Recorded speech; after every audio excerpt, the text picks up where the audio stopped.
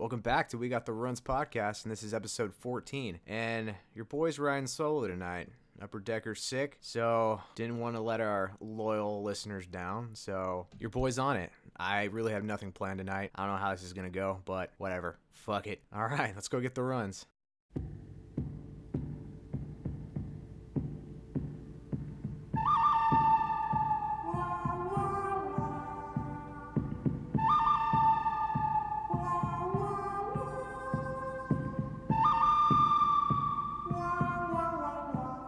Alright, episode 14, riding solo. Yeah, so Upper Decker's sick tonight. He's got some kind of stomach bug, so he's probably literally getting the runs right now.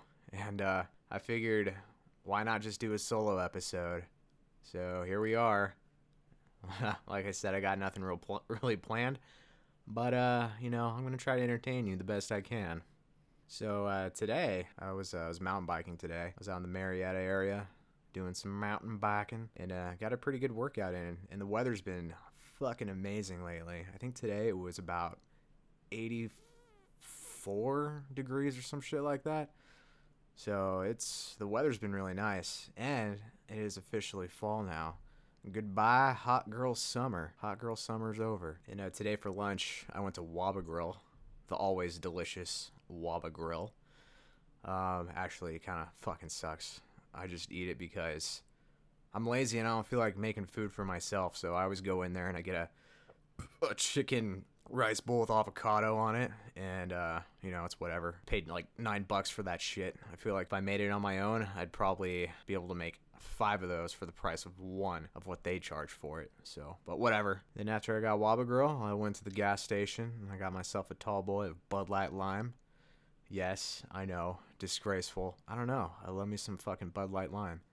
And fun fact about that is it was my first legal drink ever. On my 21st birthday, many years ago, my first legal drink was Bud Light Lime. Super fucking sad and disappointing. But at the same time, I figure, I've been drinking years before that when I was in high school, so whatever. Fuck it. It feels so weird doing this by myself. I don't know how people do podcasts by themselves and just keep talking. Yeah, I'm just going to keep talking about stupid shit that I probably did over the last few days or the last week. And I texted Upper Decker today. I'm like, hey, let's do some recording. And he's like, I'm sick. I'm exploding out of my asshole. I don't know if I can. I'm just going to take it easy. No, he didn't really say that, but he said he was sick, so don't worry. I'll carry the team. This time last week, I was out in Vegas. One of my cousins was getting married, so they live out in Vegas. So I rented a car, went down there. Didn't want to put miles on the Jeep, so I rented a car, and I had a good time. Yeah, it was a really cool ceremony, and I got really fucked up. I drank a lot of booze, and I actually had some of Conor McGregor's whiskey, which is actually pretty delicious. Super smooth. That guy, he knows how to throw punches, fights, and he knows how to make some fucking good whiskey. And while I was out there, I kind of fell off the wagon a little bit. I was about, 4 months. I was going 4 months without vaping. But as soon as I walked through the door of my cousin's house, it was just like, boom, fucking clouds. Just massive amounts of clouds just hit me in the fucking face. And I was like, oh. And when I say they all vape, they all fucking vape. All the groomsmen, a lot of the bridesmaids, the groom himself, the bride, they were fucking chucking clouds like animals. Kind of felt like a crackhead who had gone sober. And then, everybody, you just walk into a room and they're all doing crack. So I was like, yeah, give me some of that crack. So I started sucking down on that delicious juice. So during this podcast, I'm going to be pausing a lot, taking a fucking big old rip of the vape, and then sucking down on some Bud Light. So it's going to be a good night. But yeah, Vegas was cool. I didn't really get didn't get a chance to really go down to the Strip. I kind of drove through it. Drove through the Strip in Old Town, or not Old Town, but downtown. And yeah, it's the Strip. Nothing, really ever changes around there except for new hotels being built every fucking time I go out there. There's some new hotel. Funny story about the Strip. My cousin that just got married, years and years ago, we went down to the Strip. Kept telling me, let's not go to the Strip, let's go downtown. I'm like, no, I want to do the touristy thing and go to the Strip and have fun and get fucked up on frozen margaritas and hurricanes. And I convinced him to go down to the strip, and I should have listened. Most of you listening, I'm sure you've been to the strip, and you know how many scummy people are down there. Just fucking around, just getting buck wild and causing a ruckus. So we were just walking down the strip. I was hammered as fuck. I was drinking frozen hurricanes. I probably had about maybe 5 of them, amongst other things, like beer. And then these 2 guys were throwing beer bottles and like spitting on people. And then I was with my girlfriend at the time, and then my cousin was with his now wife. My stupid fucking ex-girlfriend, or my girlfriend at the time, decided that she was going to be a hero and talk shit to these fucking cholo Mexican guys that were throwing beer bottles and spitting on people. She did. She confronted them. And I'm like, oh, fuck. And then one thing led to another. And then we got into a fight with these 2 guys. My cousin got fucking decked in the face. And then the guy that decked him in the face, we were exchanging blows, back and forth. And I was super fucked up. I thought I was going to go to jail. I was like, I was just waiting for Metro to come rolling through and put me in handcuffs. But the cops never came. And yeah, we exchanged blows here and there. And that was pretty much it. It wasn't really much of a fight, I would say. They took off running. And I think I took off after them. But, like, nothing happened after that. They got away. And, yeah, that was the time I got into a fight on the strip in Vegas. But I was super pissed off about that. And I even told my girlfriend at the time, like, you know what? It's cool that you want to play hero and shit, but, I'm messed up. I'm fucked up. You're fucked up. My cousin, his fiance is all fucked up. Well, maybe not her, but maybe not my cousin. I don't know. But anyways, it was a bad idea. So a little funnier story about this trip. We'll go back a few years before the fight happened. And I was back in Vegas. I was visiting, my aunt, my cousins out there. And my aunt was dating this guy. His name was Brett, and he was a fucking baller. He owned some company that did, like, cleaned up aquatic areas, like at theme parks and shit. So he had some money on him.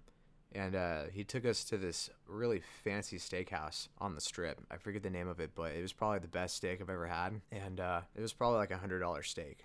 So thanks, Uncle Brett. He's not in the picture anymore. But what was really cool was I was 18, so I'd never been to a strip club before. I wanted to go to a strip club. So Uncle Brett overheard us talking about it. And he's like, hey, boys.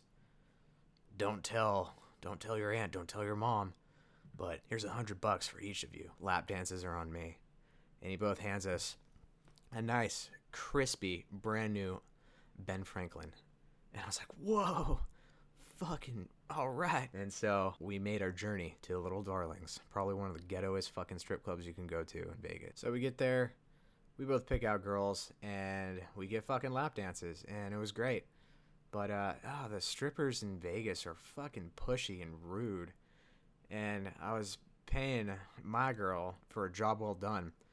And, she was like, are you going to tip me a little more? I was like, what? She's like, yeah, I just basically rode your dick for the last 5 minutes, and I think I deserve a good tip. And I was young, and I didn't fucking, know any better. So I think I ended up tipping this girl, like, maybe, like $30. Or some shit like that. And yeah, they got me. I mean, are all strippers like that, or just like the ones in Vegas? It's been forever since I've actually been to a strip club. It's been probably years since I've been. That's my strip club in Vegas story. But the rundown on strip clubs is, I don't know, I don't think they're worth it. I think they're just a tease. You don't really get anything out of it, except for, a hole in your wallet. So yeah, so at the time of recording this, it's October 4th, and yesterday was the anniversary of Black Hawk Down. That's an important date in U.S. history. Let's remember them. And it's the 2-year anniversary of the Las Vegas shooting. And 58 people died, about 400 or over 400 were wounded. Yeah, that was a pretty bad shooting. That happened on the 32nd floor of the Mandalay Bay. It was during a country concert, which is fucked up. I mean, you're just trying to have a good time, like at a country concert, and hang out, listen to music, drink some beer, and then some fucking asshole starts shooting up the crowd. And the shooter, I won't say his name, but he was 64 years old, and he was from Nevada himself. And he fired over 1,000 rounds into that crowd. And the butthole was such a coward that law enforcement was coming up to where he was, moving in on him. He shot himself like a fucking little bitch. So, fuck that guy. And what's crazy about that is we don't even know what his motive was. So there's a lot of conspiracy theories out there. So I won't really get into that too much. But the arsenal this guy was equipped with is fucking insane. He had 14 AR-15s, and a lot of them were equipped with bump stocks. If you don't know what those are, fucking Google it or whatever. He had 8 AR-10 rifles, a bolt-action rifle, and a revolver. So, yeah, a little overkill for what he was doing. It just blows my mind that he was able to bring all this equipment up into a secure, not heavily secured, but, I mean, a hotel where there's a lot of security, a lot of cameras everywhere, and he was able to get all this shit up there. That's pretty crazy. What a lot of people don't know and what I read about was his room overlooked the whole concert, and I guess he had rented out the room right next door, so he had a pretty big area to shoot and move. And then he also had a pretty good view in line of the airport, and I guess he fired 8 rounds into a jet fuel tank thinking it was going to explode, and this was about 60, or not 60, it was about 600 meters away. So that's pretty, I mean, it's not too far, but he was probably shooting that tank thinking that it was going to explode. But what a lot of people don't know is that jet fuel is pretty stable. It takes a lot for that shit to combust. So firing, just a normal, ball around at a jet fuel tank is probably not going to make it explode. So out of those 8 rounds, I think he hit maybe he probably struck it once or twice, and nothing happened.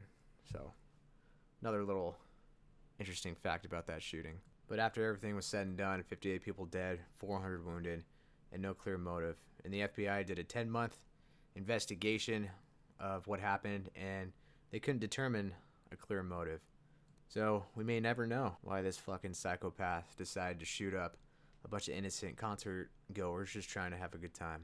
But right away, everybody is, when it happened, everybody was calling for gun control and all this shit. My personal opinion is that guns have nothing to do with it, and it has everything to do with mental health. So I just think this guy was out of his fucking mind. He was a gambler, didn't seem like he was happy, so he wanted to go down, and he wanted to take as many people with him. That's what I think he wanted to do.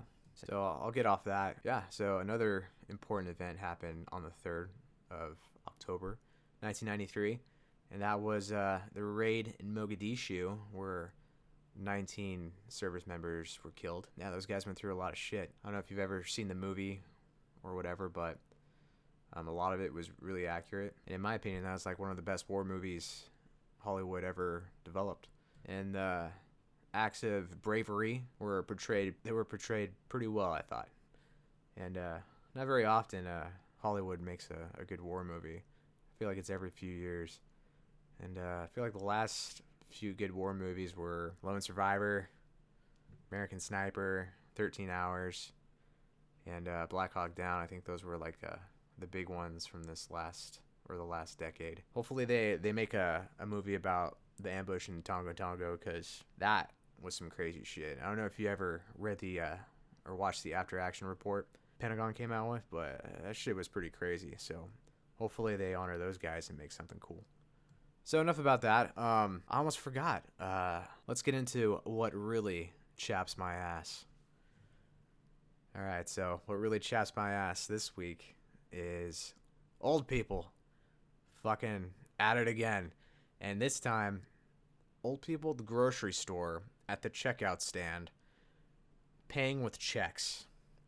Shit drives me crazy, and it never fails. I'm always getting 1 or 2 things, and I go into the 15 items or less aisle, and there's always a fucking old person there paying with a check, and they obviously have over 15 items, so they can't see, they can't count, their minds are just gone, and then they think it's okay to pay with a check, it's the fucking 1900s or some shit. So, okay, Grandpa, it's time to get with the times, and it's time to start paying with card or whatever instead of fucking checks.